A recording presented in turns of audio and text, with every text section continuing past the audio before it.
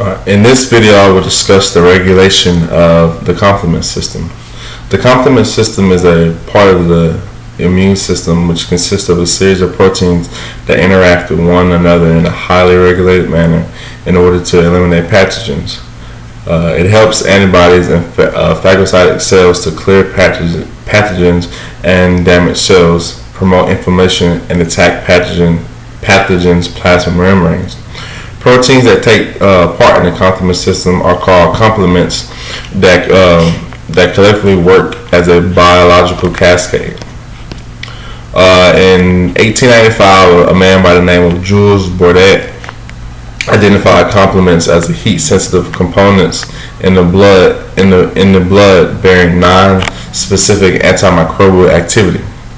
Complements are solute proteins and glycoproteins, mostly produced by hepatocytes. More than 20 types of complements are present in serum, found circulating normally in the human body in inactive forms.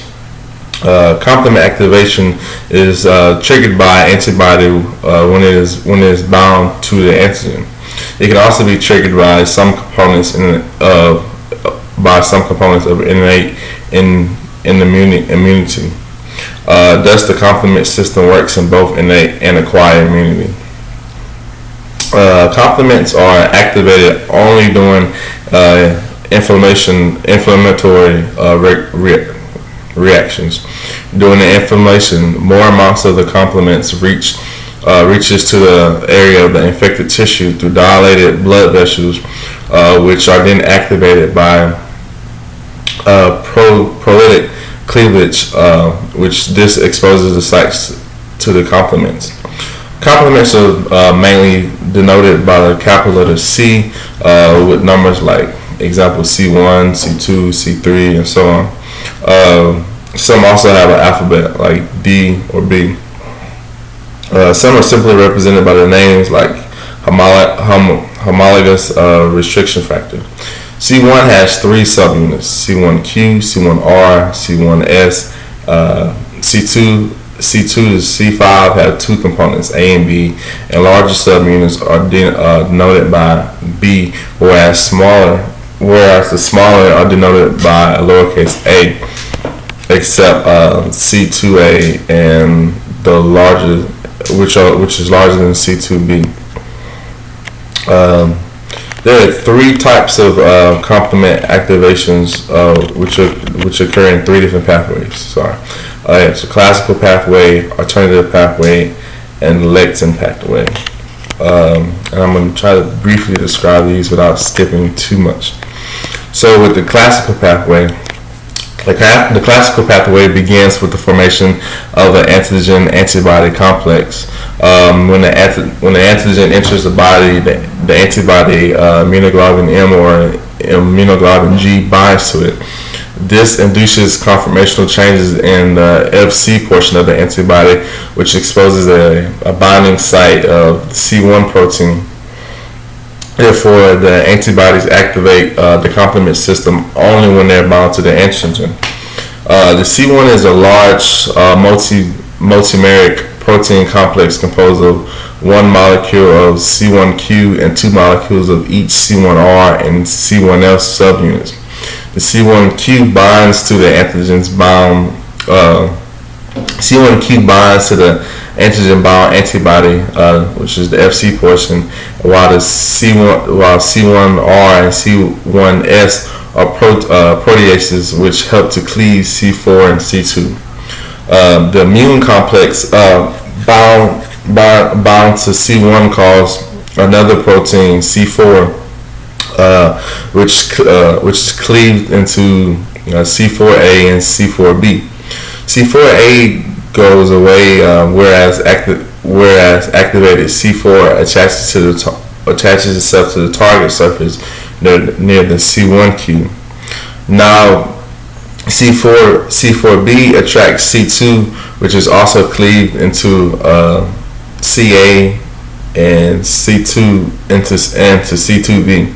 C2A binds C4, forming a C4B2A complex, whereas C2B goes away. The active C4BC2A activates C3. The C4B2A complex is known as the C3 convertase, as this converts C3 into an active form by separating C3A and C3B. One molecule of C4B2A can cleave a large number of C3 molecules. C3 binds to the microbial surface or to the convertase itself. C3b, when binds to C3 convertase, forms C4b, C2a, C3b, otherwise known as C5 convertase, which activates C5. With C5 convertase when C5 convertase cleaves C5 into CA and C5B. C5A diffuses away, but C5B is stabilized by binding C6. Then C5B and C6 binds to C7. C5B, C6, and C7 complexes then inserted into the phospholipid bilayer of the cell membrane, which further binds to CA. These all activate C9 to form a macromolecule structure called a membrane attack complex, or MAC. This will make a hole in the bacterium. As a result, the intracellular content leaks out and unwanted substance gets in. Thus, the cell cannot maintain its osmotic stability, and the lysis occurs by an influx of water and loss of electrolytes. So, with the alternative pathway, unlike the classical pathway, the alternative pathway does not require AG or AB complex for initiation of the complement pathway.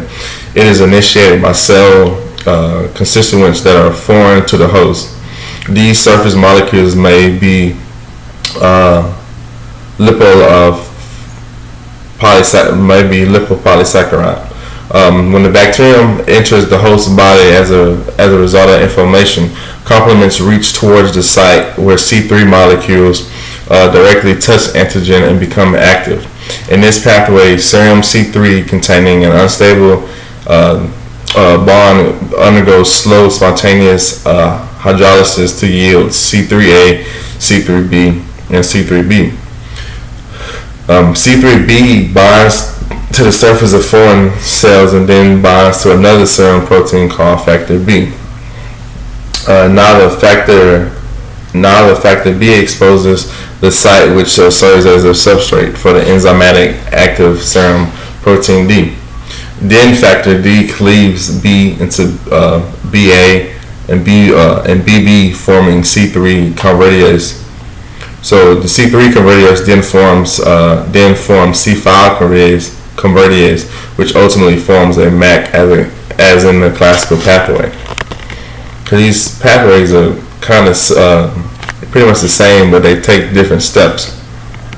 So with the lectin pathway, some bacteria can activate the complement system without having any antibody or endotoxins.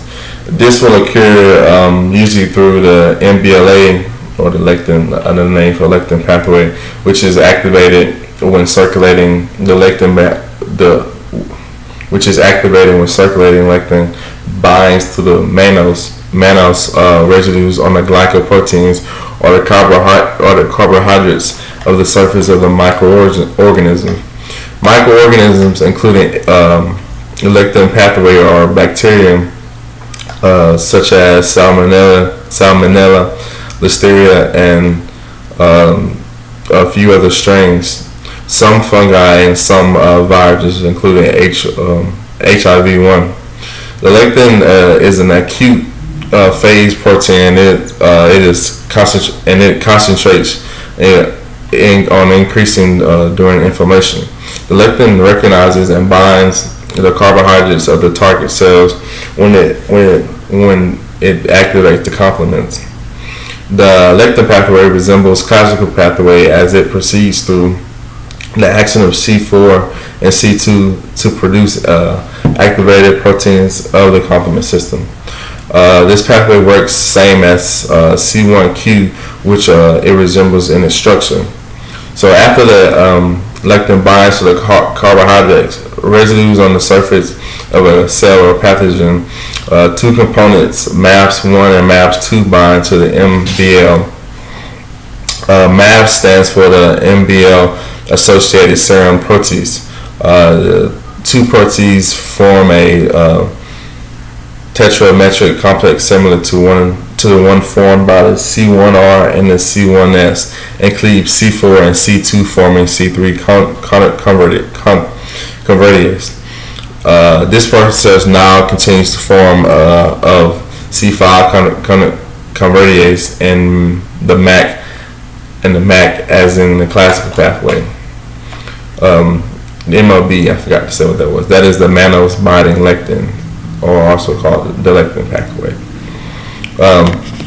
So with a few of the functions of complements, I drew an outline of what I just tried to explain the best way I can. So here's the lectin pathway, the classical pathway, and the alternative. And as you can see, as stated, the lectin and the classical, they take off the same. They don't begin the same, but as they come through the C4 and come down, the process is pretty much the same. But the alternative pathway is a little bit takes a different turn. But at the end of each pathway, they all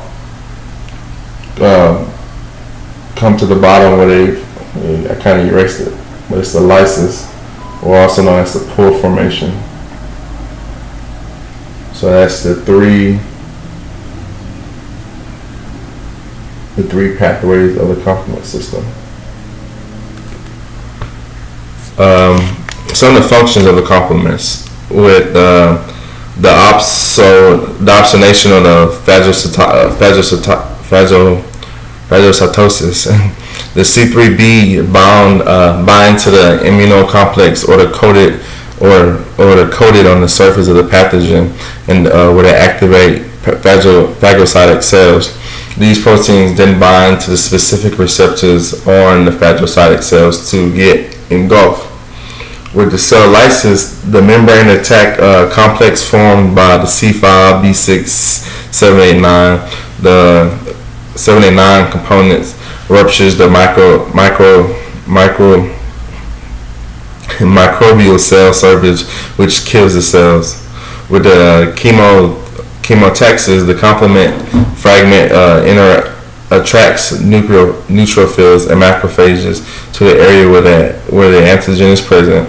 When these cell surfaces have receptors from complements like C5a, C3, they run towards the site of the inflammation.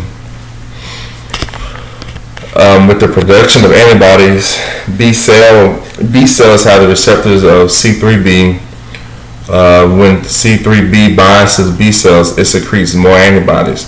Thus, C3b is also an antibody-producing amplifier, which converts it into an effective defense to destroy invading microorganisms.